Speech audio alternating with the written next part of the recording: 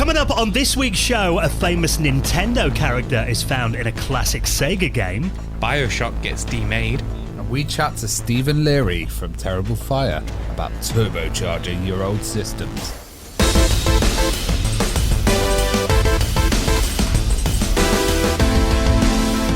The Retro Hour podcast is brought to you each week with our good mates at Bitmap Books. Now, you should know by now, they give you the best retro gaming books, and one that you need to check out is The Games That Weren't, celebrating some of the best video games that never made it out onto the market, covering the Atari 2600 right up until the PlayStation 4, arcade games, home computer, consoles, handhelds, and lots more as well. This has been years in the making and is their biggest and most ambitious project to date. Check it out and their full range of retro gaming books at bitmapbooks.co.uk.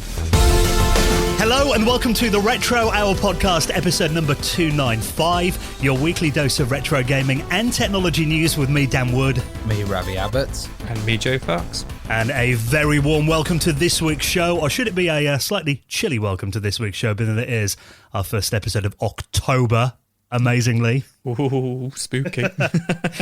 No, actually, my missus has been coming home every day. She's on a lunch break. I just went to Wilco's or went to BMI. I've come home with some more Halloween decorations. I don't know what she thinks we're doing on Halloween this year. Apparently, you're having a big Halloween party for your. Apparently so. In your new studio.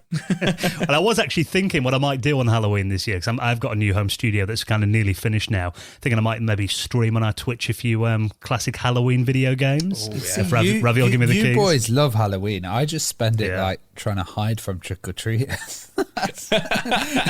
It's just a night in where I eat some cheap chocolate and hide.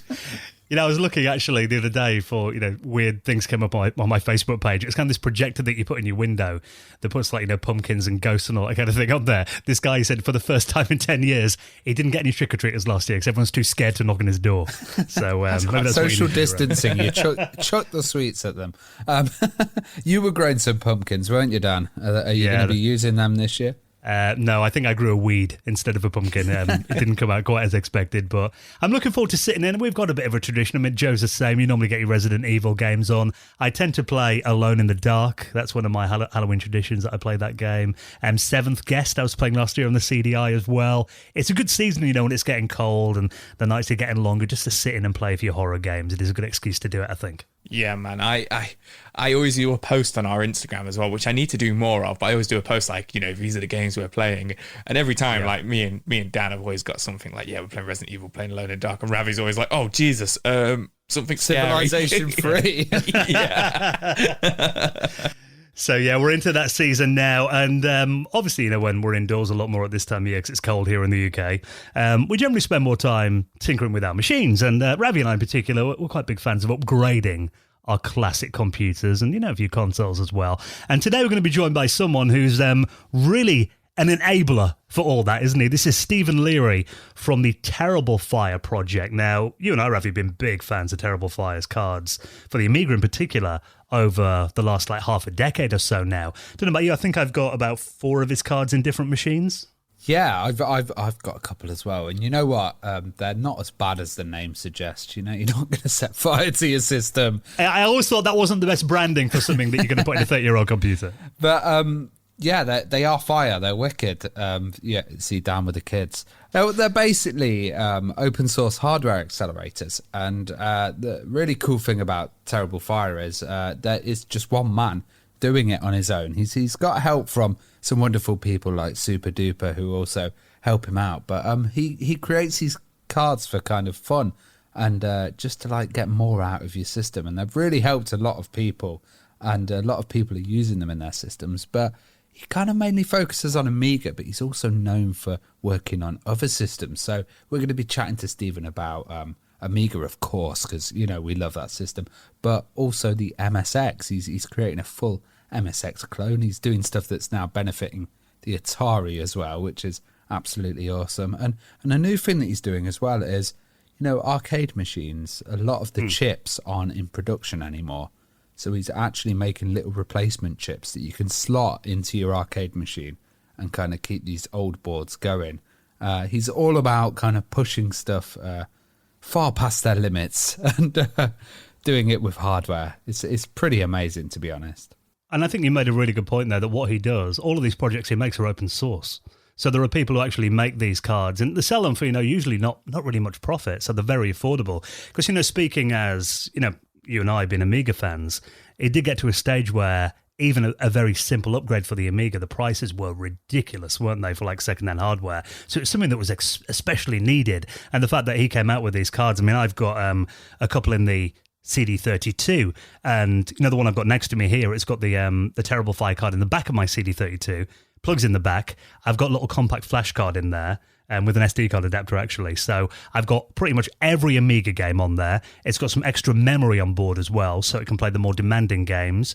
It's got no 30 to speed up the console. So really, I use that as my ultimate Amiga gaming setup. I've got pretty much every Amiga game installed. You turn the machine on, a menu loads up, select them from the joypad, and you're good to go, which makes something like the CD32 infinitely better than it was originally. Well, there was a time when people were buying Amiga cards and they were accelerators, and you're right, they were expensive, but also they were old.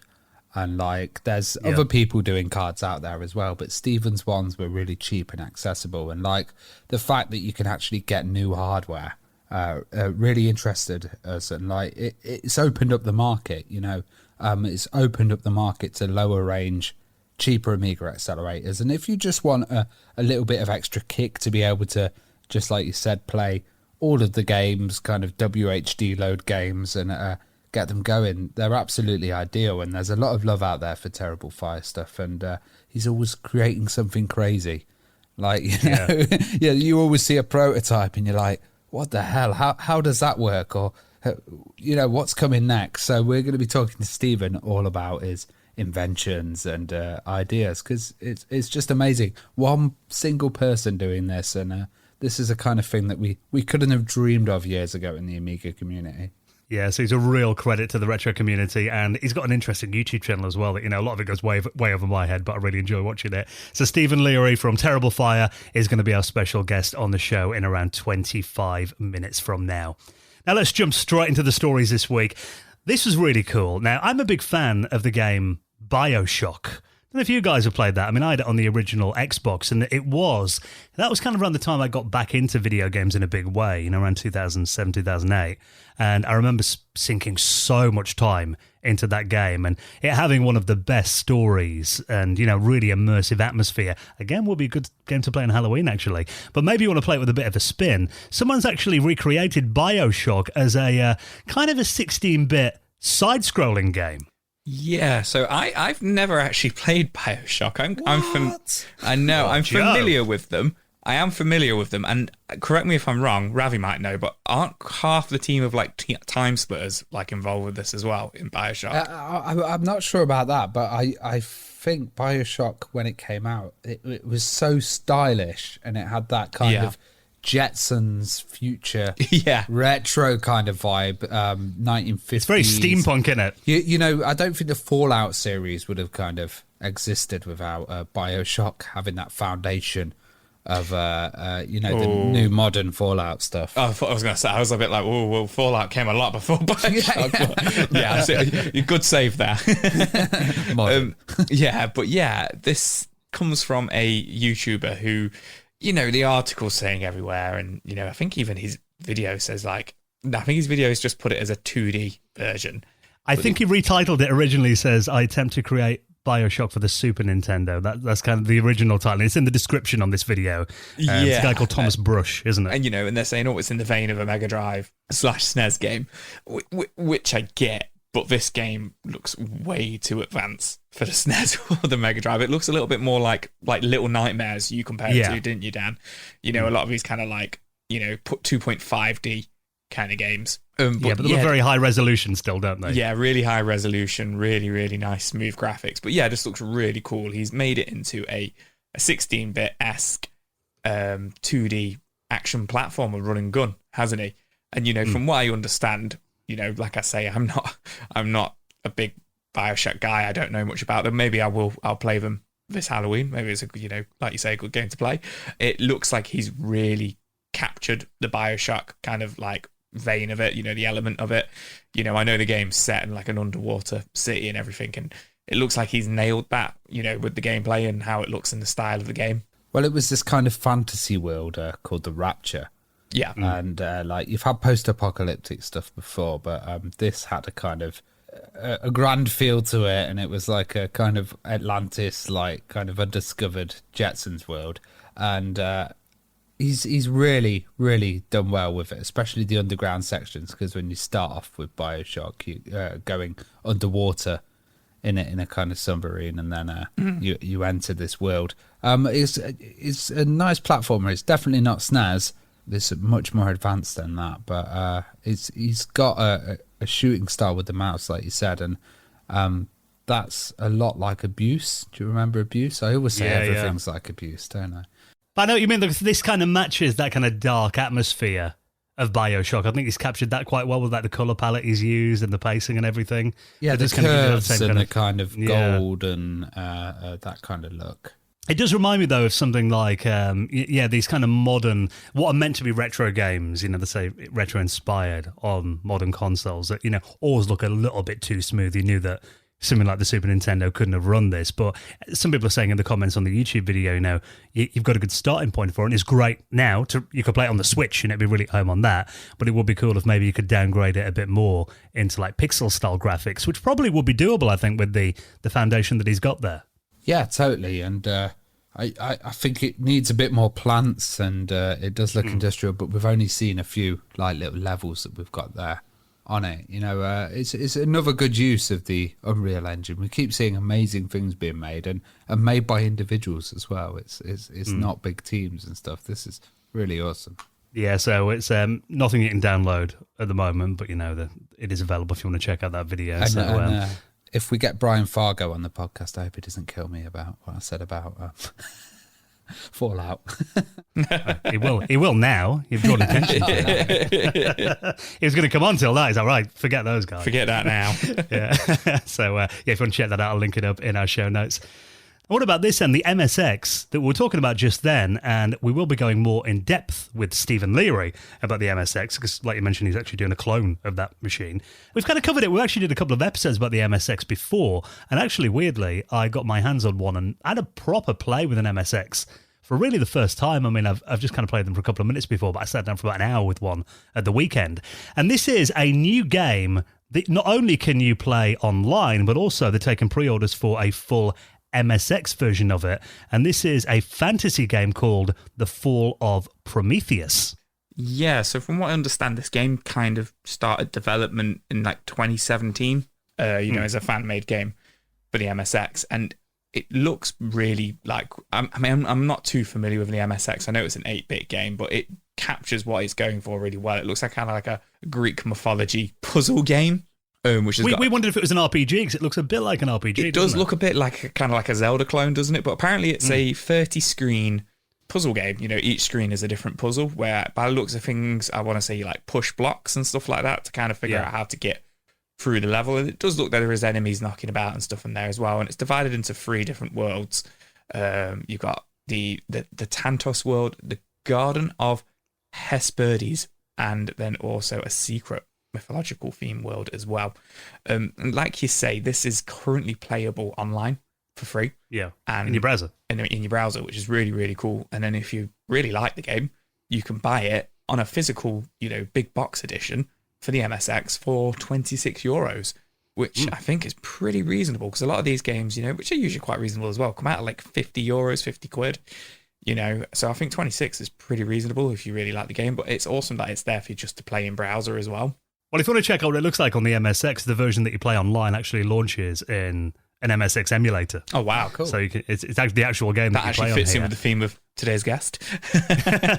Well, it is amazing, because I love these puzzle games back in the day. There was one that I used to play on my Commodore 64 called Fire Ant that I tried to revisit about 2 years ago and got completely lost. I don't think I could get off the second screen. But I remember being like, a little kid about 7, 8 years old, sitting there with my mum, and we'd spend so much time on it. And a lot of the time you just randomly figure things out. You had no internet. I didn't even have magazines with it in.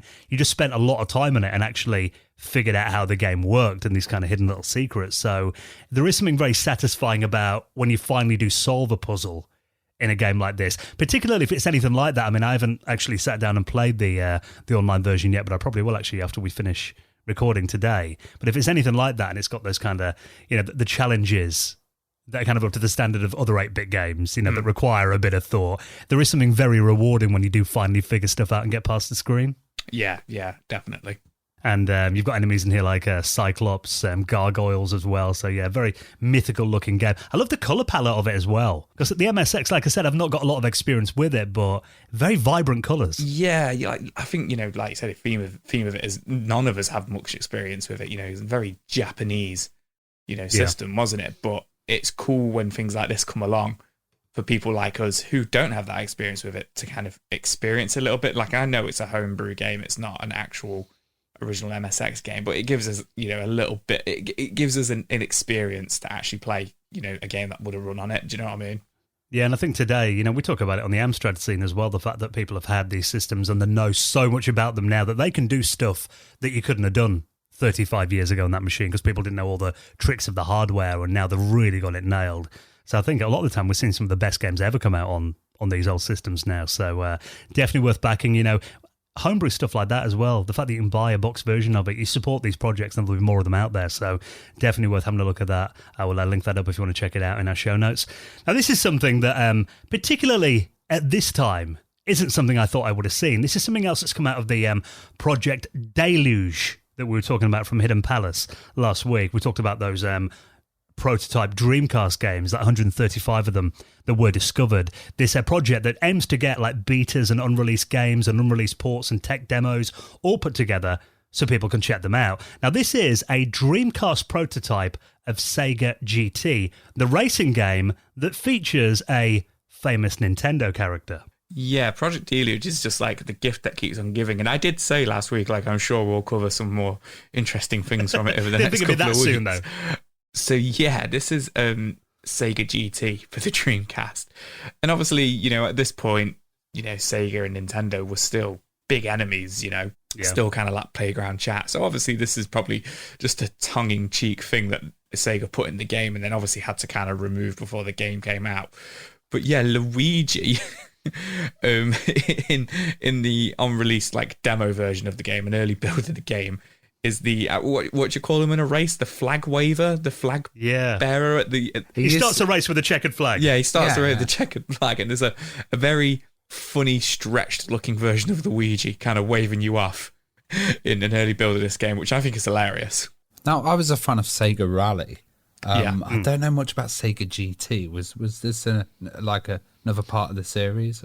It was more of a sim kind of game, wasn't it? It was more of not like a straight-up arcade racer. It was kind of the equivalent to Gran Turismo. I was going to say it was a competitor to Gran Turismo because of the level that they're actually even playing it on is called Sony GT2, which is actually a reference to Gran Turismo 2 as well, with a really odd-looking map, which I thought was trying to look like Luigi as well, the shape of the map.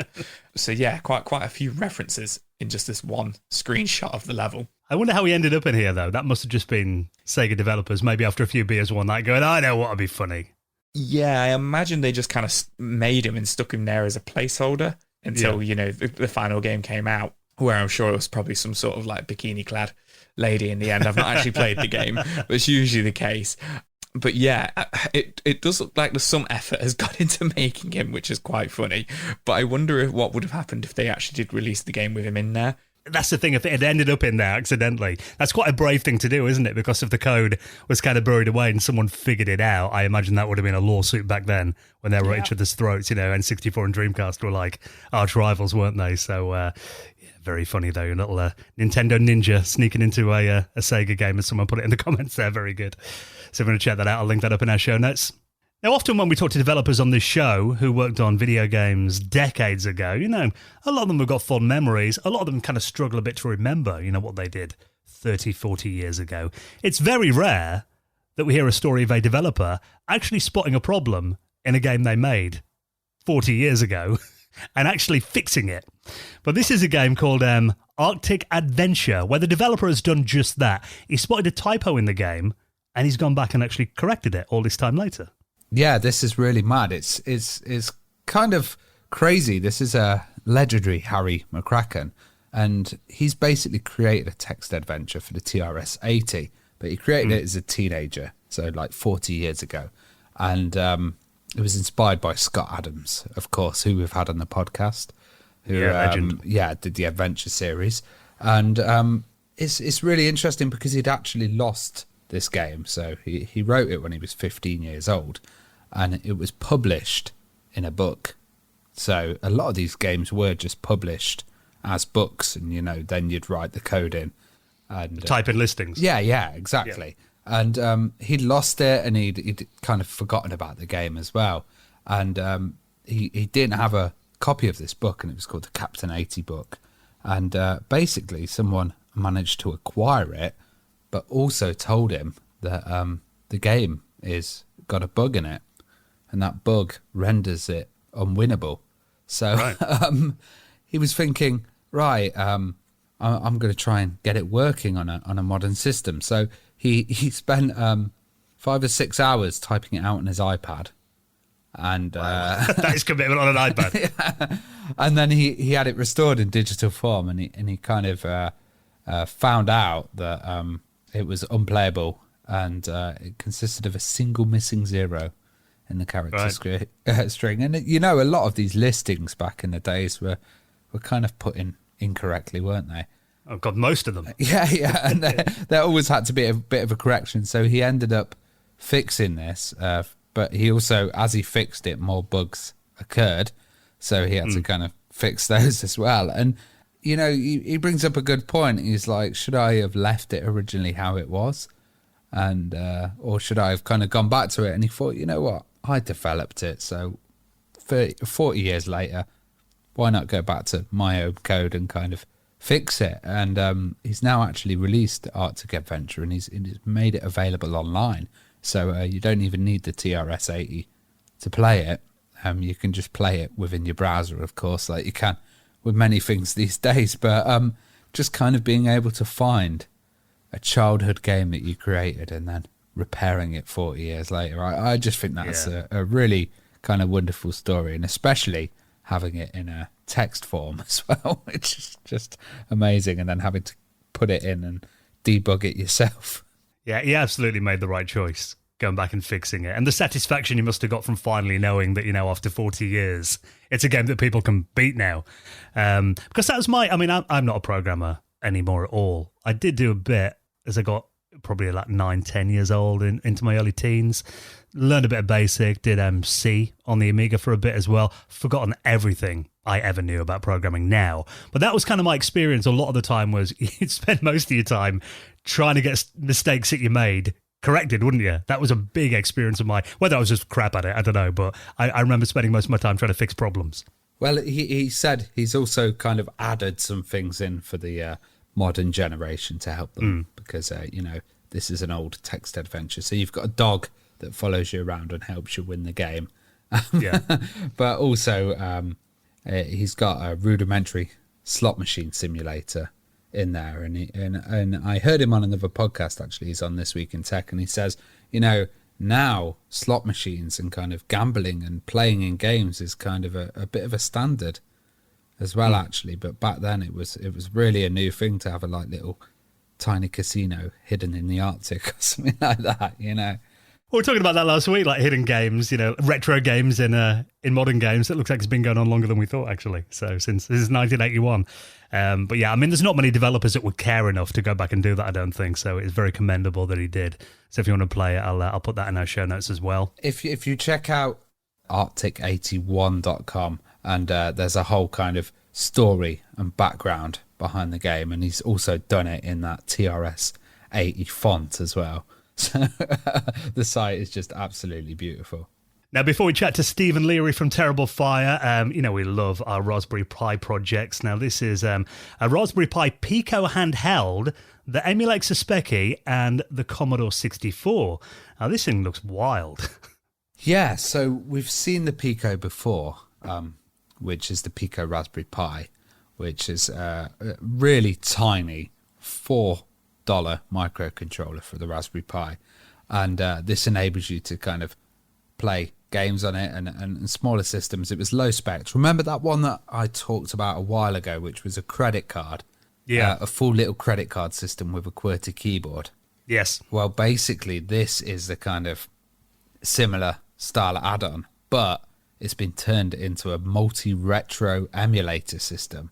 And what it contains is it contains a custom board that's powered by the Pico that has a games controller underneath it attached, but it also has a VGA output. So what you can do is you can put your controller on the top of it. You can have the option of having an LCD screen there, or you can have it switch styly going out, but of course not HDMI, VGA straight to your monitor. And being the kind of power that it is, this small one, you're not going to be able to do like Dreamcasts or anything on the Pico, but you can do a C64 and of course a ZX Spectrum as well. You imagine it could probably do NES games as well. Yeah, probably. Yeah.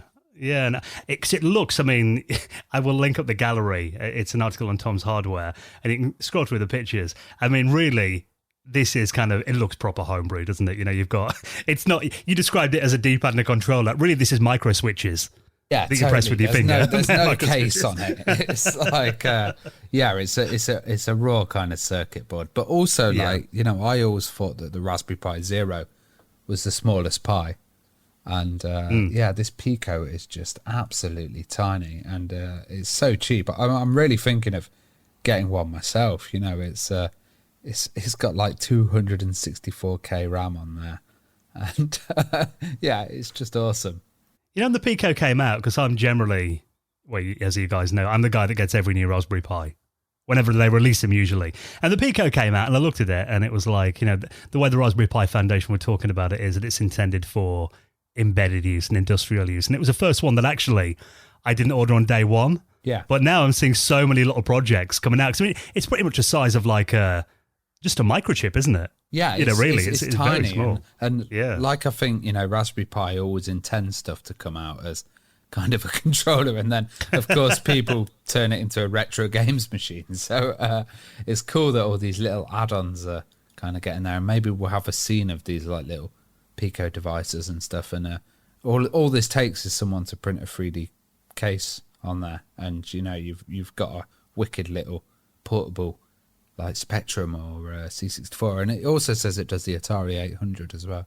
Yeah, I imagine all that generation it can probably do. Joe hasn't ever got on the Raspberry Pi kind of train, have you? Have you ever been tempted to kind of build a little like emulation box in a joystick or something? Yeah, I have been tempted to have like the Pandora's box, you know, the arcade kind of cabinets and stuff like that, but I just wouldn't know where to start. And you know, when you get them pre-built for you online, they're always really, really, really expensive. But I do really like the look of them, you know, and also like, you know, I've got a few friends who have just got the little Raspberry Pi boxes that you just plug into your TV and plug a SNES controller into a USB SNES controller, and then you've got a SNES there. Do you know what I mean? I do really like them, so I have been tempted with them, but I just don't know where to start. And then, like, whenever I feel like you guys talk about them, it's just over my head. I'm sure Ravi's got a torrent or two he could write to an SD card. Yeah, I'm sure he does. But it is a mix. I'm not exaggerating when I say I've probably got about 12 of them. So different models around. Well, I'll have one I off can you, see 3 and then now. I'll have a torrent of Ravi. Torrents, I'm well beyond torrents. Sorry. Torrents are retro to Ravi.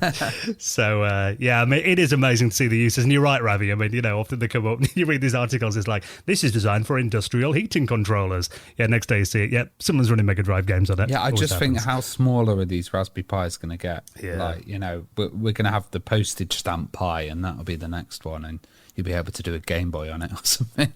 But, you know, we were talking on our Patrons Hangout last weekend, you know, about the original Raspberry Pi. And I remember getting that, and, like, you were saying you used it as a Kodi box. And when I used my original Raspberry Pi, you know, you can even see the mouse pointer lagging sometimes on it, moving the mouse around the desk. Yeah. It was that slow. So in a decade, it's come on leaps and bounds.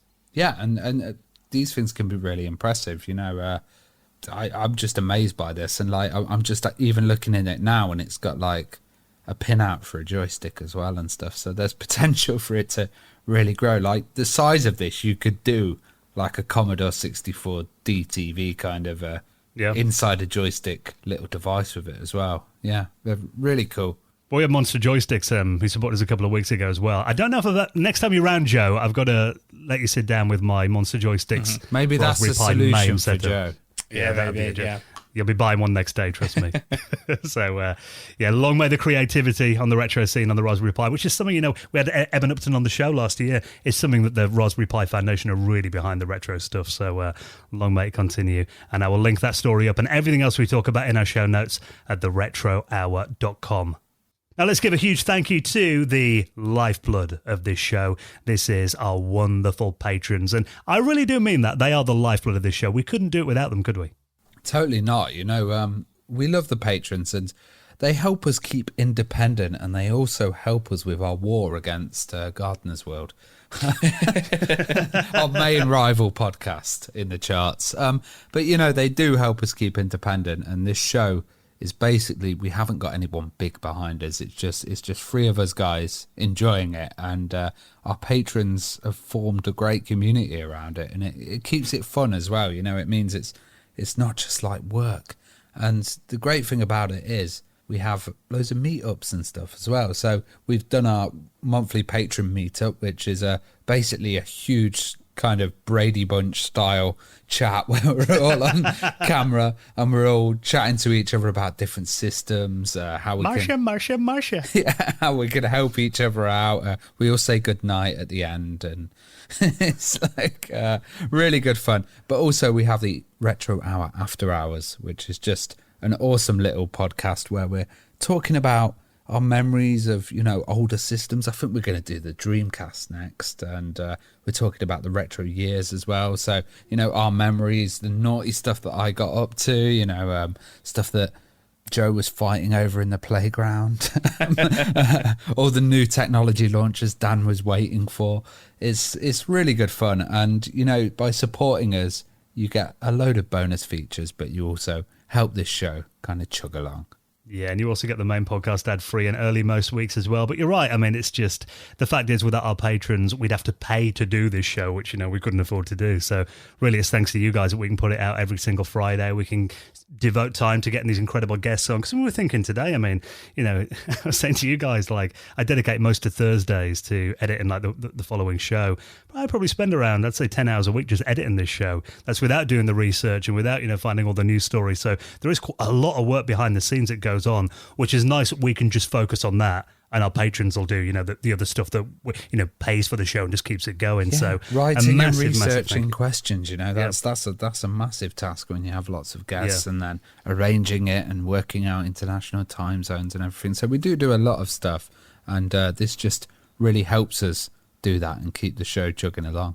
Yeah, and of course, for backers on Patreon, you will get a mention in the most prestigious high score table in the world of retro gaming, the Retro Hour Hall of Fame. And a big thank you this week to Jeff Owen from the Beyond Farpoint podcast, Reese Clapworthy, Clyde Radcliffe, MCSH, and Lucas Porhashimi, who all backed us on Patreon. We massively appreciate your support. And if you'd like to do the same, you'll find it on our website right now on the front page of theretrohour.com.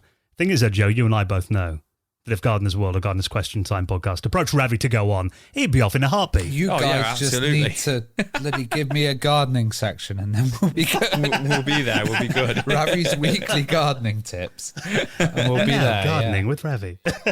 So, thanks very much for your support and for getting the show in the podcast up there with Gardener's Question Time each week. Right then, next, we're going to be talking all about the incredible Terrible Fire project with our special guest, Stephen Leary, next on the Retro Hour podcast.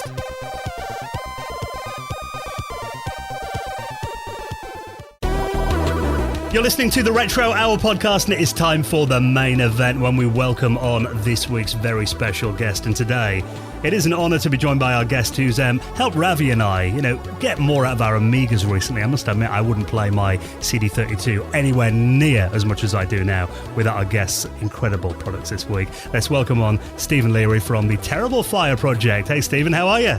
Hey, I'm doing good. How are you guys?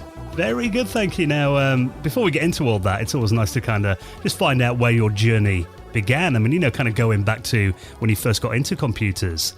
What was your first machine and what got you into it initially then when you were young? My first machine was a rubber-keyed ZX Spectrum I got for Christmas. I can't, it was 7 or 8. I think it must have been 8. And that was just, the tape loading experience. It was 48K, so there was always a bunch of games that would come on the magazines that you couldn't play because they were, even by that time, 128 games were out, I think. So I was always lusting after the next machine, but could never get one. And I think eventually I managed to wangle my way up to an Amiga 600. You weren't building accelerators for the Spectrum already, were you, at that age? No, I wasn't. I wasn't. I was probably building soapbox racers. I don't know if there's a translation for Americans or for our international audience, but I think that's building soapbox racers and crashing them basically, and having terrible accidents. Well, what was your Amiga setup like back in the day then? You said you had a 600, and were you a bit of a power user, or did you just use it for general gaming, or did you get into the applications and stuff like that? So it's funny you mentioned that because I was encouraged to get an Amiga 600 by somebody who was working as a games developer at the time, a lad called Kev Brady.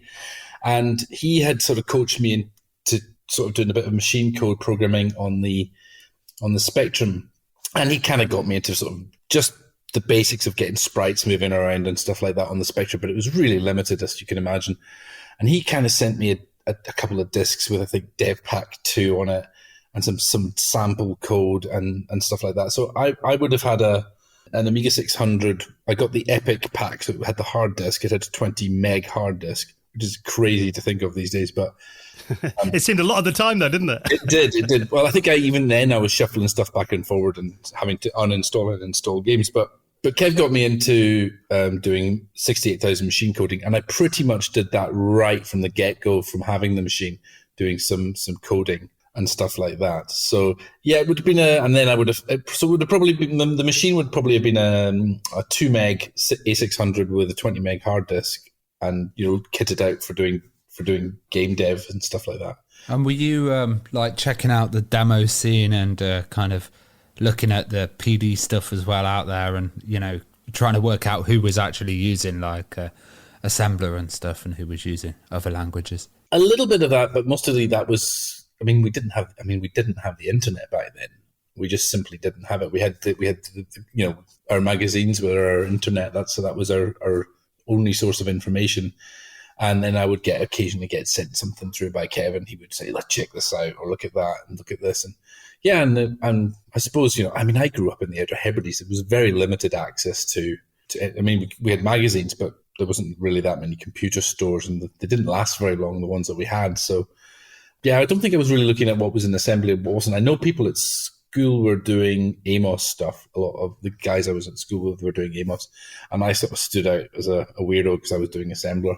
Would you think that kind of isolation helped you get into creating stuff and stuff just out of necessity, or just giving you something to do? Well, a lot of it was giving us something to do, because in the winters there wasn't really a whole lot you could. We had like 70, 80, 90 mile an hour gales a lot of the time, and you'd be coding away, and then you get a power cut, and that would be that. So at least with the Amiga, you could get back up and running quite quickly. With the Spectrum, it was back to the tape and reloading everything back from scratch, wasn't it? Well, how did you get into electronics?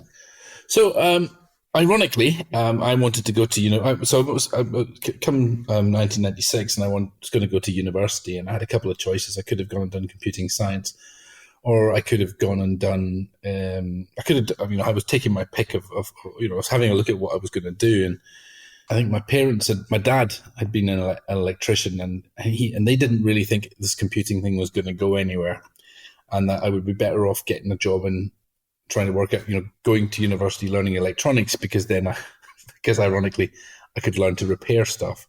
And we all know how things went after that, become a completely disposable society. But that's what I did at university. I did a 4-year bachelor's degree in electronic and electrical engineering, and then I topped that off with a 7-year PhD program from the same department. And did that give you huge equipment to labs and huge access to labs and stuff like that? Yeah, and to be honest though, after a while, the sort of stuff I'm doing now, I was teaching to kids. I was teaching, while I was doing my PhD, I was teaching that to simple electronics, analog electronics, digital electronics and all that sort of stuff. I was teaching that to the first years and second years as they came through. Well, a PhD is pretty much a specialization in a subject. So what was the kind of area that you decided to specialize in? So I kind of, it's quite an interesting thing. And it's one of the things that I find quite funny when people talk about the things that I've achieved, because I would say my greatest achievement is getting my PhD, because I did my PhD in a sort of ground unified theory type area, specializing with some guys, a guy called Martin van der Mark, who passed away at the beginning of 2020, and a guy called John Williamson, who's very much alive, is still here in Glasgow. And the two of them and the three of us have written papers together. We've held, hosted conferences. I have some of the biggest body of work of that stuff published in my name. It was an incredible honor to work with those guys. I mean, Martin was the smartest guy I've ever met in my entire life by like 6 or 7 country miles. It was just such a privilege and an honor to be able to work with them. So yeah, it was relativistic electromagnetism, formulated in new algebras, but that kind of was like the basis of a theory that these guys were putting together. Well, that sounds hugely above our heads, but yeah, fantastic. So Amiga accelerators are a little bit easier. Well, obviously, these Amiga accelerators that we'll get into a bit further. I mean, kind of, what were your earliest projects that you made for like your home computers? Then was the stuff that you were making just for yourself initially? I did my PhD, and that really basically consumed every waking moment until 2007. And before that, I was doing like little add-ons, joysticky type stuff, registersy things for Spectrums and BBC Micros. And then I think I kind of got my mojo back a bit after, because with my PhD I was working till about 10, 11 o'clock, sometimes 4 o'clock in the morning. And then when that stopped, I just stopped for a year. I just didn't do anything in my spare time at all. And after that, I think my first sort of major project was I worked on the core that's now part of Mister and Mist for the Archimedes. So I produced the FPGA core, a bit like sort of Mini Mig, but for the Mist. And the Mist was like the precursor to the Mister, wasn't it? That's good. I actually have one of the I think it's probably one of like the first 4 or 5 prototypes, hand-built ones by Till Harbin. Or I'm not sure actually how you say his name. I'm probably mangling it, but that's how I pronounce it. Till Harbin. And the Mist, the original Mist, I think when he came up with this, see if I can remember, the raison d'etre for it was that the Mini Mig had been out there and there'd been these boards, but they worked fine and they were brilliant, but you just couldn't buy them. So Thiel devised this board, this sort of framework where you could do FPGA development work on it. He had an ARM processor on there that handled the I/O in a standard way that all the cores could share. I think the reason I actually got into it was I was actually working on doing an Atari ST FPGA core, and so was he. And we kind of looked at it and I went, well, you're much further ahead with the development of all this. You have all my code and I'll go and do the Archimedes. And that's kind of how we got going. And I think there's some tiny little bits of my original Atari ST code in the Mist, in the original Atari ST core. I think there's some tiny little bits left to do with the MFP timers, because I just happened to have written it in a particularly nice way that was a bit more elegant than the way Thiel had written it. So the Archimedes stuff then just took off, and I spent, I think, probably 2012 to 2014 working on that, and kind of had my fill of FPGA development work at the end of that, and it's been ported over by other people onto Mister now. Yeah, that's cool, because all that kind of stuff like Mini Mig and everything laid the foundation for the Mister, and now we've got a huge multi-system kind of device, which is just really good. So interesting to hear you worked on that. Well, tell us about the Terrible Fire project and what it is and why was it needed? The Terrible Fire project. Well, I'll tell you what started it is I wanted to do some PCB stuff. I wanted to do physical boards because I spend all my day at a desk writing code, and I'd come through the Archimedes project and thought, hey, I'm actually spending 6, 7 hours, 8 hours a day at work coding for work, and then I come home and I spend 6, 7 hours coding for fun. And it's a lot of time sitting at the screen just writing code, and I just wanted to do something slightly different and do some software development. Get away from the sort of software development and get more into although it's hardware development, it's still typing stuff into a text editor, basically. So I thought, let's just do some PCB designs. And I had looked around, and I think there was a couple of things that had prompted me. So that was the first thing. I wanted to get into PCB design. The second thing was I, at the time, couldn't find a cheap-ish A500 RAM board or accelerator card or anything. There was nothing I could just. There was a couple of them on eBay, but they were very expensive. They were even back then, they were going for £200-300. So I thought, well, I could maybe do this. And I bought a Blizzard 060 card and thought, and it was something like £800. And I just thought, there's got to be a way. There must be a way we can get to building one of these for less than these cards are going nowadays. Now, I just tried knocking up something quite simple in an 020 accelerator and see if I can get it working. And, I think I kind of made a pledge to myself back then that if I had a design in Eagle or whatever, a PCB design, I wouldn't sit looking at it forever. I would sit checking it forever. I would send it off, get it built, and start working out what was wrong with it, and then do another one, and then do another one, and do another one. And so that's kind of where it started. I think that was 2016, the end of August 2016. I fired off my first Terrible Fireboard to the board house and came back a couple of weeks later. Well, how are your products sold and made? Do you do them yourself? Have you got other people? And what's kind of the model there? So it's kind of evolved over time, but I think initially what I thought I would do is I would just make everything open source. And I found that I was uncomfortable with people changing my work. There was things that were legitimately broken, and I accepted those things as changes, but there was also things where people were just changing it for style or for what they perceived as style without having actually tested it. And I maybe this could be a failing in me, but I found that quite irritating. So initially it was, here's a link, you can buy the PCBs on Dirty PCBs. I think it was Dirty PCBs to start with. And then I switched to a model where I would buy a batch and then I would just sell the batch. Like say the board was £3, I'd sell it for £5 on eBay or something like that, or whatever it was. I would get enough of a profit to buy, to recycle, to pay for the next batch of boards for me, so that I could. And I basically found myself in a position where I could just keep the development costs of the boards themselves were paying for themselves, and that was fantastic. That got me through the first 3 or 4 boards. Nowadays, it's evolved again and again and again, and nowadays, the latest board, the TF1230, I have never ordered it at all. I have never had one delivered to me from the board house. This morning, I got one from one of the forum users, Goose. He sent me one I said, I haven't got any spare, I haven't got any blanks. So I'm not even building them myself anymore.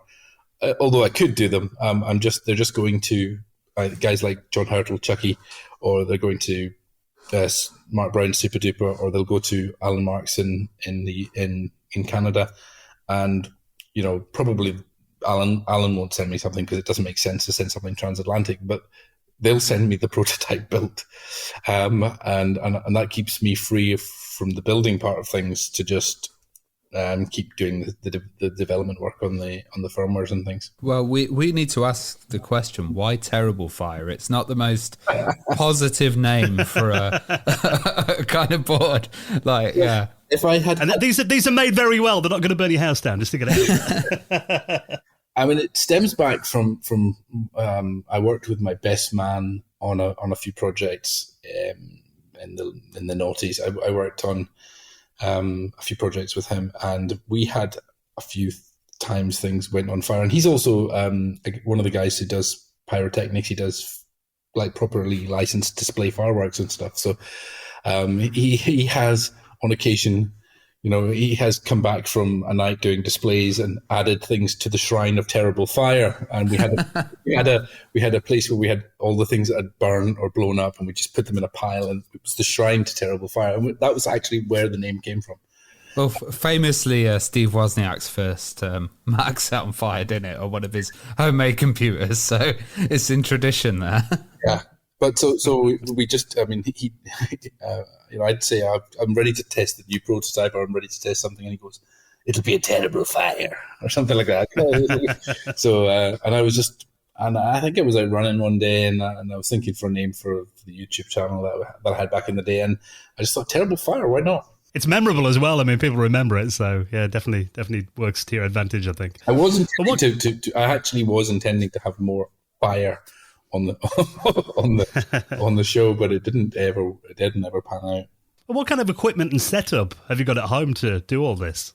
Oh my God, I have taken over residence in what was formerly a recording studio now. So this was it was actually a radio station. I won't say the name of the radio station, but I have managed. I've kitted the place out, and the more I found, the more stations I can set up, the more efficient I can work. So if I can have one station set up for the CD32, one station set up for the Amiga 500, one station set up. I have a permanent station set up at the moment for the 1200. In fact, two at the moment for the 1200. But if I can get these multiple stations, and every one of those stations has a logic analyzer, and this usually with a built-in oscilloscope, some kind of display device for displaying the output of the Amiga or capturing it onto a computer, either a laptop or a desktop computer for doing the development work there at that station. Probably a bench power supply as well. That's my bare minimum setup for each one of them. And it's usually about 100 channel logic analyzers. Most of them are networked, so I can sit up here in my office and remotely control my lab, basically. Because I remember on the YouTube videos, you were stuffed into a room and you had like all of the kind of stuff in one small space. So it's good to hear that you've got all these like multiple stations now. Does it make it a lot more efficient? It will once it's all set up. But I've taken to buying other projects, and I've filled a lot of the space. I shouldn't have done that, but I haven't properly unpacked from the move yet, and I think it's going to take years to unpack from that move. Well, do you think stuff like printable PCBs and the kind of democratization of like hardware has made it a lot easier to kind of start up as a one-man show and like make it a lot more fun? I don't even know if I ever thought about it being a one-man show, but it certainly has made the kind of stuff that I'm doing.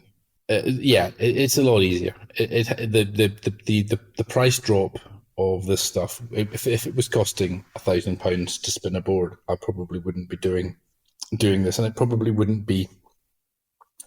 We'd have to be doing volumes right from the get-go, which we don't have to do now. We can just kind of buy in batches of 20 or something like that, and batches of 50 if we're feeling really, really confident in the board. So, but I do think it's enabled the hobbyist to get his work out to the masses, I suppose is a good way of putting it, yeah.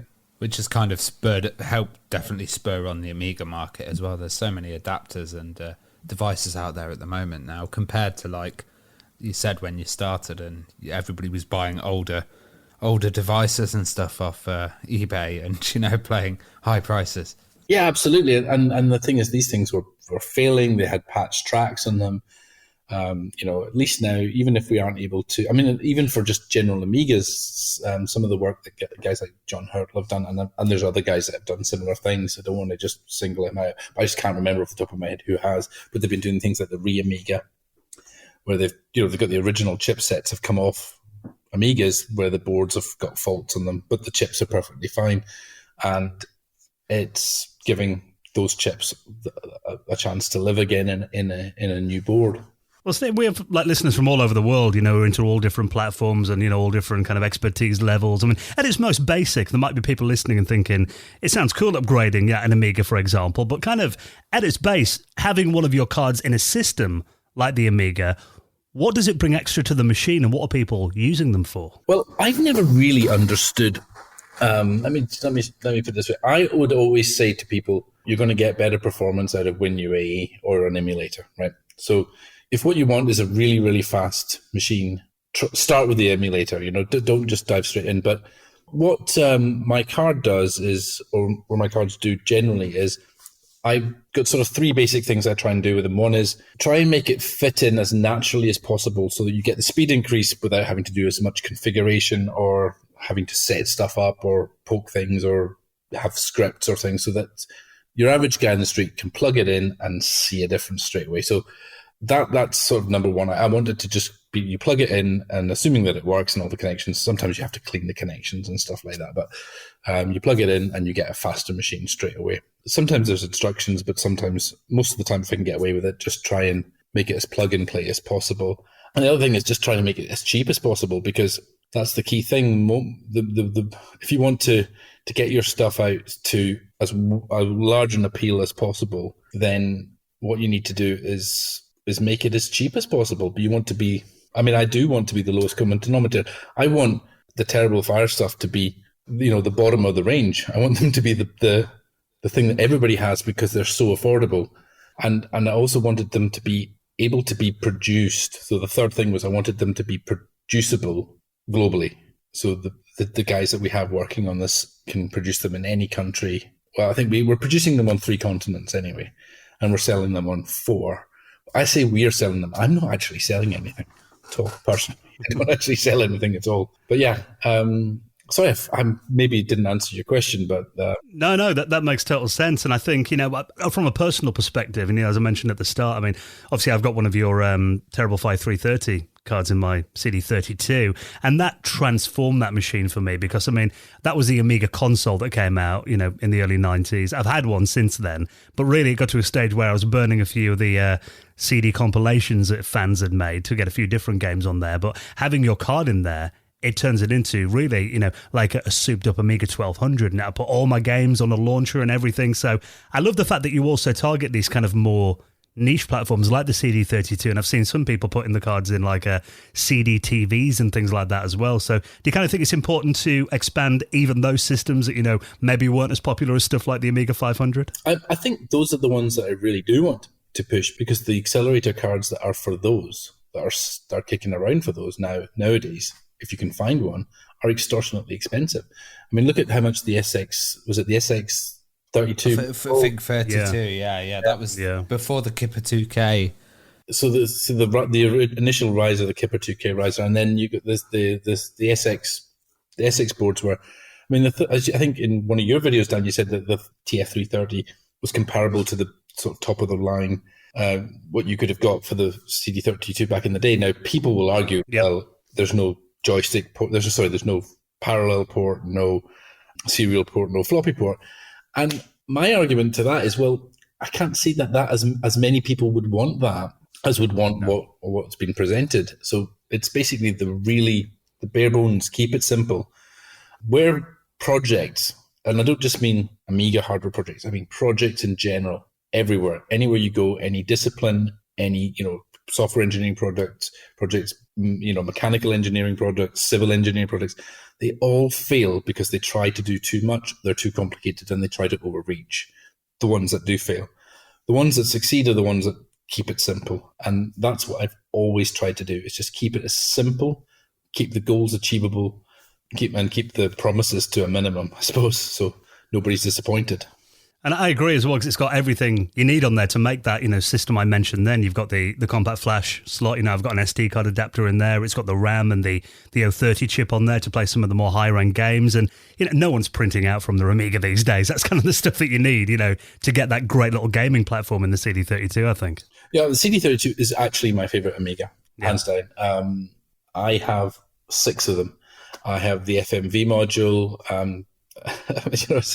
and my my desire for things like I've designed a riser with one of the lads here in Edinburgh. You know, I'm building these things, some of these things, because I want them. You know, it's I wanted the 060 in the CD32. I think Ravi's got one of those. He's got one of the prototypes, and I'm going to come back and visit that and finish it now that we've really done something.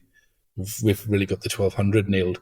But the 1200 is the one that everybody wanted. That was the thing that the masses wanted. But, you know, electrically, there's not that much difference between a CD32 and a 1200. And, you know, it was a great machine to prototype all this stuff on and then transfer that over to the 1200 and then send it out. I find it interesting you mentioned the FMV module there, because that was an expansion that Commodore released for the CD32 back in the day that let you, I think there was only like a little handful of games that had full motion about video 2 intros. or 3 games. It wasn't many. But I always wanted one, and like you could watch video CDs on it. I mean, is that something you could put on like a future revision of the Terrible Fire just for fun? It's something I've looked at. It's something that I might try and do in some form or another, but it is quite far down my list at the moment. And I'm trying to think what I always try to think, what Amiga software do you want to run that you wouldn't be able to do on another platform?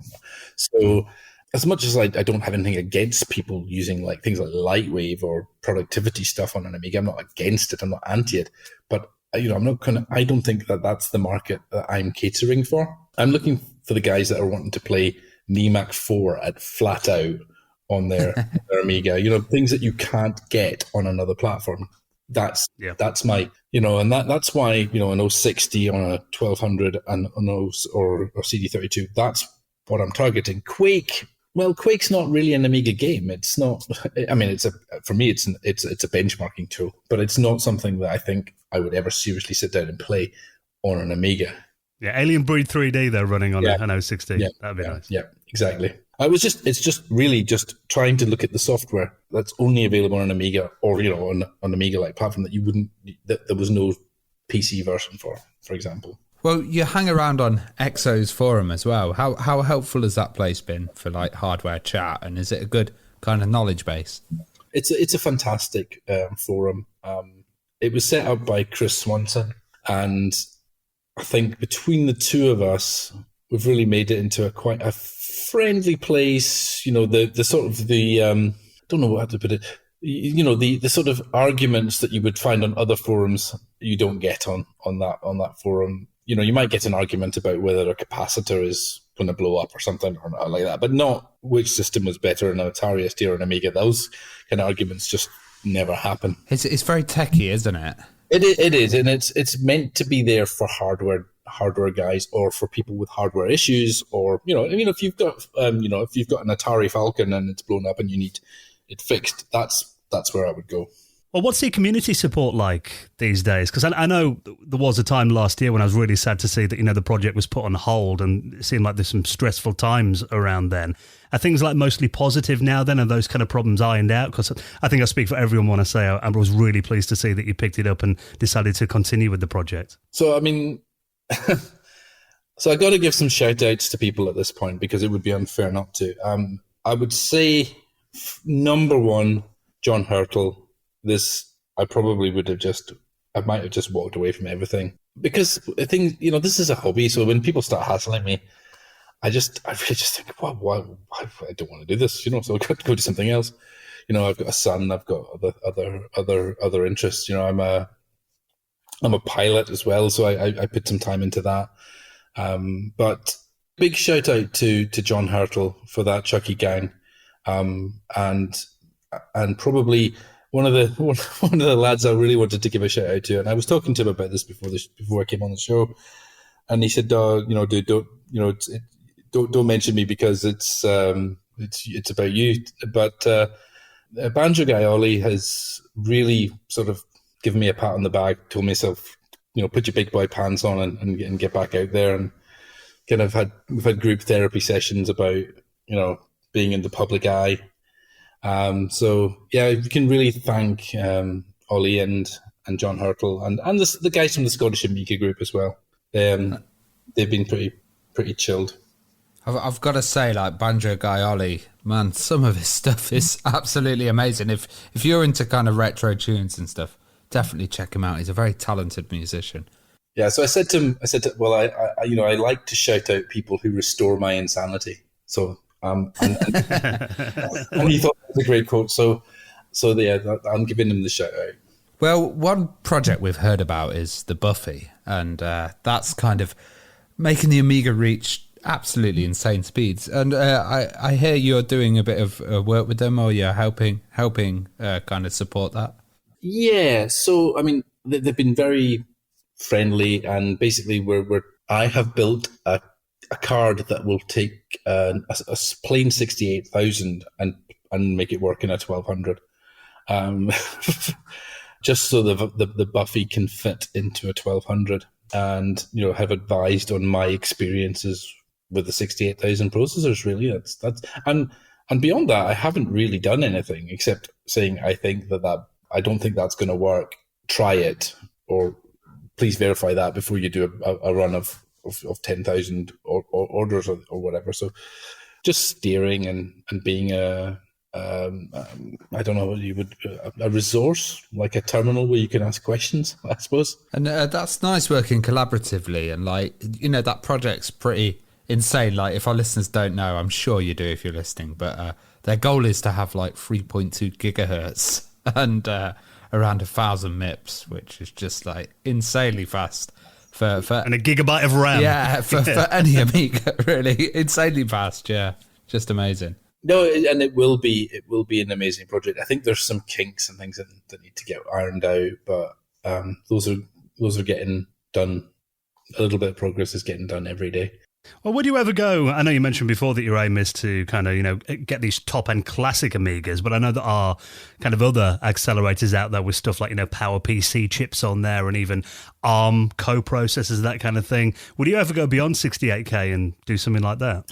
On the Amiga, I don't necessarily see the point, and I'll explain and qualify my remarks, because I don't see that there's a whole lot of PPC software. I heard it expressed recently quite well. It was by the lady that's doing the Buffy project, the lead on the Buffy project, and she'd said that Amiga is dead in the sense that Latin is dead, in the sense that since the fall of the Roman Empire, there's been no evolution of Latin, and there's really not been very much acceptance of a standard way of doing all this PowerPC or ARM stuff on an Amiga.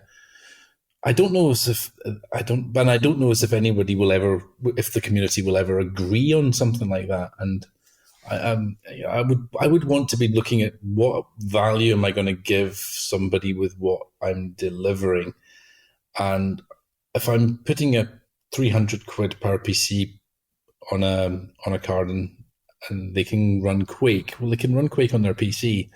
So yeah. I don't know. I mean, I haven't, and it's not a no. It's just I don't at the moment see the value of it, but I haven't thought about it too hard because I've got enough projects. Well, those cards go for, I see them on eBay for like £2,000, and I'm like, who is buying those? Yeah, I mean, for me personally, I have a PowerPC Amiga type computer, and it's a Mac Mini, G4 Mac Mini with Morphos on it, and it's less than 100 quid. So at that kind of value, I don't see what you would get from plugging that into a 1200. But I mean, that's just my my opinion. Well, there's loads of like little adapters and mods out there. What are the kind of favourite ones that you've seen for the Amiga? Like something that's kind of stood out to you, like, oh wow, that's a neat solution. I really like the A314. I thought that was a really clever idea. Do you know what I mean by the A314? It was like the Raspberry Pi plugged into the expansion slot of an A500. Yeah, I saw that. So that acted like a co-processor where it would do stuff like video interface, but using the Raspberry Pi power, stream kind of MP3 audio. And instead of kind of taking over the CPU, it was like a complement to the Amiga, wasn't it? You could kind of SSH from the Amiga to, or I don't know if it was SSH or not, but you had basically a terminal interface. I think it might have been serial port between the Amiga and the and the A314. And I just thought that was, when I saw that, I thought, wow, that's brilliant. I wish I'd thought of that. Yeah, I think it had a VM on there as well, so you could basically like access your Amiga away from home using the Raspberry Pi to actually access it remotely. Yeah. Like VNC Like style, VNC. yeah, Oh, wow. which is just amazing, really. And it didn't take any of the any of the resources from Workbench really to do that. Yeah, I thought that was a fantastic little solution, and it was really trying to solve a problem, or just trying to do one thing really, really well. And that's one thing, things I really like is when somebody does something like that, just has an idea and does it really, really well.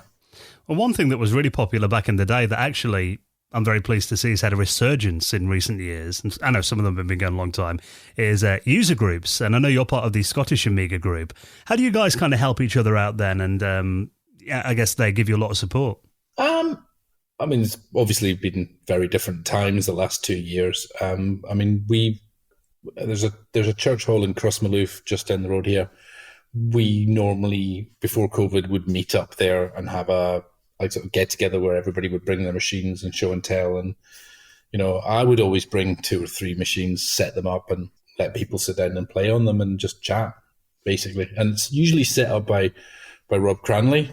From I think he's Daedalus on the forums, and he's one of the guys on the Amiga Ireland podcast, part of the Amiga Ireland group. So he lives like about a mile from me. So he's been very, very good at organizing these meetups, and I think that's a really good way to go, because you get to see other people's setups, and I would bring stuff along that I'd been working on and give stuff away for free or whatever if I had it hanging around. And I've also had people bring terrible fire cards that have been soldered really badly and said, "Could I fix it?" And I was like, I'll have a look, but not sure if I can just instantly see what's wrong with it. Reatari is a kind of project that's actually starting to use the TF356. So what's kind of happening there, and how's Terrible Fire helping out the Atari community? So this is Exos. This is the guy who runs the Exos forum, Chris Swanson. I think this was, you could probably just get him on and have him talk about it, but I'll give you the summary. I think basically he's been fixing people's Atari STs worldwide for 10 years, maybe more. And there's a standard set of fixes that everybody needs. And sometimes the motherboards are past it. They've got damage on them and blah, blah, blah. So sort of same reason for having the Re-Amiga, but there's a whole bunch of fixes that people have discovered they need over the years, that patches for things like the floppy drive, and I pull up resistors on things and stuff like that. So Chris has just basically done a design for, it's not a Re-Atari, it's not like the Re-Amiga where the tracks were traced. This was done from scratch, and all of the, from the schematics that Atari published, done from scratch. It has 4 68,000 slots in it, so peripherals will just sit in the 68K slots. I think there's also a fifth one that's 3.3 volts. It's called the H5. That's Atari H5. And the Terrible Fire stuff, for me, the Terrible Fire with fast RAM in an Atari an STFM, that form factor, is pretty nice. And it's it's actually faster than an Atari Falcon. It just doesn't have the graphics modes of an Atari Falcon. So I know there's been that kind of traditional rivalry, and I'm kind of pleased to see that, as a community, people have kind of got past that, and, the Amiga community helps out the ST community, because I think, all working together, it makes amazing stuff like this happen. Did you kind of feel like the ST community missed out quite a bit on these hardware developments? Because it felt like, for a while, a lot of them have been more like Commodore and Amiga focused.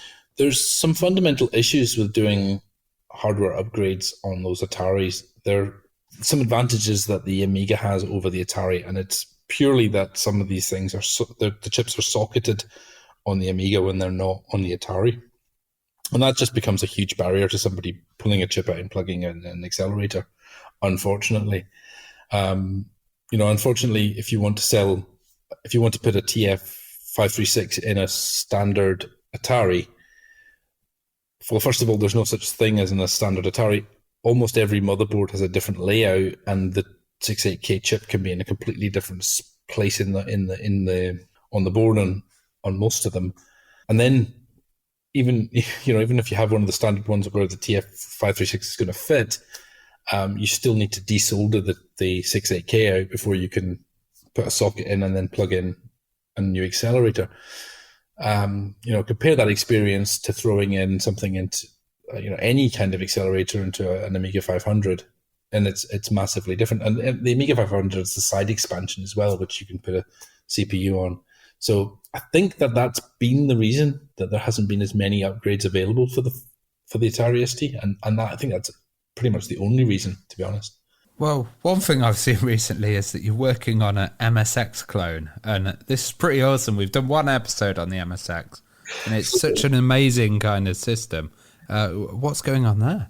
So that's Banjo Guy Ollie's fault. I mean, I'm just going to blame him because he's like, look at this system, isn't it cool? And I had to look at the system, and I have to admit, I was a bit skeptical to start with, but then when I saw things like games like Nightmare and King's Valley and all these games, oh my goodness, they're so hard and they're so difficult, and yet they're so addictive and brilliant and amazing, and you can keep playing them.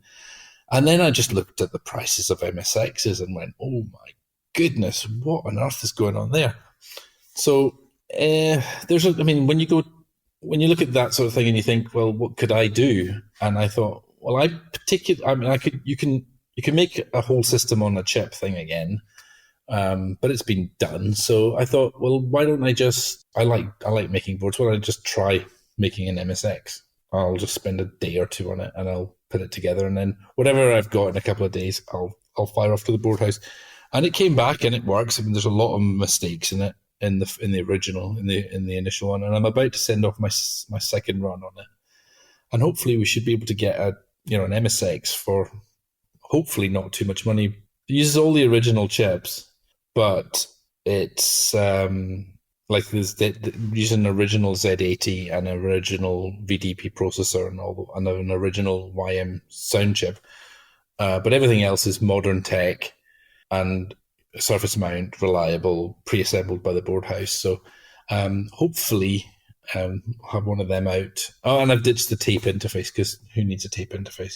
USB keyboard. And I think other than that, it's a standard MSX. So it's a cartridge, 2 joysticks, and a USB keyboard if you want to use it for a keyboard. But otherwise, you can just use the sticks. And it's interesting because famously, we talked on the podcast, there was a shipment of MSXs that were meant to come over to the UK, and then it got stopped, and kind of the Dutch guys got it, and it got really popular over there. So do you think, that some UK people will really like this machine and get into it? Yeah, I do. I think the UK missed out on the MSX, but I do also think it probably would have been very difficult to compete with the machines that were around at the time. Price-wise, it was so much more expensive than things like the Spectrum, but then again, it was so much better than the Spectrum. So maybe, who knows? But I do also think that, that philosophy that Clive Sinclair, and really sad to hear it, he passed away in the last week, that, I do believe in that philosophy of just trying to democratize these things so that they're available to anyone who wants them, and to try and keep them available. And that's the secret to getting this stuff out. And I think that's what I've always done. As I said, I've always just tried to get this stuff out to people. And I think having the MSX clone would be fantastic for people to have a look at. And there's lots of different ways you can get into the MSX. I mean, sure, you guys have covered it. Open MSX emulator, and there's even some interesting MSXs that are for JAMA board MSXs that take cartridges for arcade machines coming out. So, which I think is absolutely fantastic. Well, you mentioned arcades there, and I know recently you've been doing some arcade machine projects. What have you been doing there? This is another Banjo Guy Ollie's a bad influence. So I kind of got in July I bought a Street Fighter 2 arcade machine, and then I bought a couple of weeks later, I bought a multicade for my kid because it was Mario art on it and he wanted it. And then a week later, I found a Space Invaders for my wife. That's still not got here, but it's on its way. And 3 weeks ago, I got a Chase HQ. And last week, I bought an Operation Wolf, and it's not got here yet. So, been doing some shopping. it's yeah. I mean, I've got quite a big house now, but I think I'm running out of space for arcade machine. Yeah. What projects have you been working on then? You've been doing some stuff that you can drop into these machines. And just trying to like maintain them as well, I guess. Yeah, so it was kind of a brutal intro into it with the Chase HQ machine. Chase HQ machines they're just absolutely gorgeous. I mean, they're spectacular. If you haven't seen them, go look up on YouTube and look up the videos of them going. When you catch up with the bad guy, it's a racing game where you have to catch the bad guy, and if you guys don't know it, but probably all do. But oh yeah, the lights on the arcade machine, there's like siren lights that start to flash, and it's just that's what it's the shiny lights that sold it to me. So yeah, but then it was a brutal intro to that because the board didn't work. There was issues with the board. I got myself a spare for reference. That one had other issues, totally separate ones. I fixed some of them. I've realized what bits of them are easily destroyed. I've whipped together a reproduction chip for that bit that's easily destroyed. I'm in the process of working on that. So I have another development station set up right by one of the arcade machines for doing development work on that. That'd be quite a cool project when it's done, because that's the bit that handles most of the steering input controls. So if that's reproduced, then it could actually be put on a carrier board with maybe a Raspberry Pi and doing all of the game, whereas the inputs are then handled by this reproduction chip, maybe. So there's just some ideas of where I could go with some of this stuff for the future. That's pretty cool, like basically a drop-in replacement for a chip that's not kind of produced anymore. It's a pretty simple chip. It's an I/O. It's something that takes signals and puts them on a bus. So it's a good one to start with, I think. This is my ultimate question now then. I know it's a lot more complex than a simple arcade chip, but could you ever do a replacement for those expensive 060s that are on the Amiga and classic 68K machines that you could just drop in? Probably not. Not easily. Sorry. Yeah, no, I imagine that was probably far too complex, but it's always my dream. I mean, what I would suggest is that this is probably something where I see the real value in something like Buffy, because effectively what Buffy is a software-defined processor. So if we could get something like Buffy in the form factor of an 060 with a 32-bit data bus and address bus, and it can chew out through the data at the same rate that the Buffy can on the 16-bit bus, there's some challenges to scaling that up, obviously. But if you could go to that level, that's where I see, a drop-in replacement for an 060 that could go much, much faster.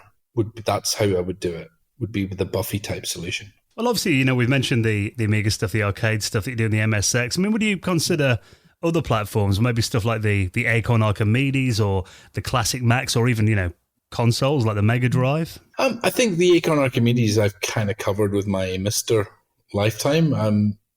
Maybe would do some. Maybe I could see myself doing like a memory expansion for that, because I have some of the logic for that already, and I've got it well understood. The Classic Macs have never fascinated me. I don't know why. I've converted to Mac in the last couple of years to modern Macs, but the old Macs, I just have horrible memories of them quacking at me in labs in university. Well, any new cards on the way then? Anything we should look out for that you're working on at the moment you can tell us about? So everybody knows about the 1260. That's kind of made its way out there. That's the A1200 060 card. The 360, the sort of, it's like its little cousin or baby brother or something. That's not quite finished yet. The CD drive support's not working yet, but that will get done this year or early next year. Then there's the 4060, which is basically a thank you to Chucky Gang, because he hates doing those, what do you call them, the 3660s, the 3640 cards for the 4000s. They've like 400 gals on them or something like that. And he basically, whenever he's soldering one, I just get lots of swearing coming up on WhatsApp. So I've said, "Oh right, okay, I'll do you one. I'll port the 1260 to the 4000," and that kind of does work. That's kind of at the stage where it works on all of my machines, but it doesn't work for John. So I think Gadget UK's got one as well that he's going to demo off at some point. And I think that's about it in Amiga terms, apart from the TF1200, which is the adapter for Buffy. Well, Stephen, I just want to say a big thank you to you for and the gang for keeping our machines going. And we talked about emulation before, but there's nothing like having the original hardware sometimes. And the fact that you're making stuff that can actually achieve these dreams. I always wanted stuff like an SX32 as a kid, but they were too expensive, and now I've kind of finally got my dream CD32 set up. And I think I speak for a lot of people when I say that we really appreciate all the work that you and the gang put in. So long may it continue, and thank you so much for coming on our podcast this week. It's been a pleasure. Thank you very much.